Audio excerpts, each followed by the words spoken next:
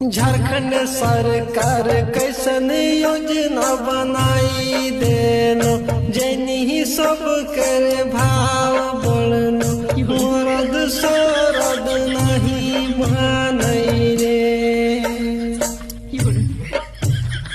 मैया सामन योजना 25 घुसल हिने हुने मल के बुल घर के काम होनाई कह रही रे की करबी भैया हम के हाल हो गोटे झारखंड के हाल हो की करबी भैया रे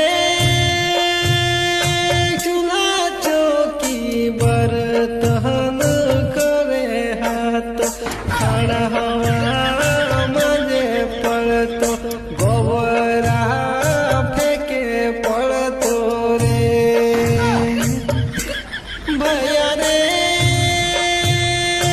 अंगना में झड़ुआ मारे हाथ जोहार मारे हाथ जनी 10 बजे उठतो रे इटा तो पहला बात हो रे इटा पहला किस्त घुसल हो को साल भरी 30,000 देते आरो की करे हतो रे रुको जरा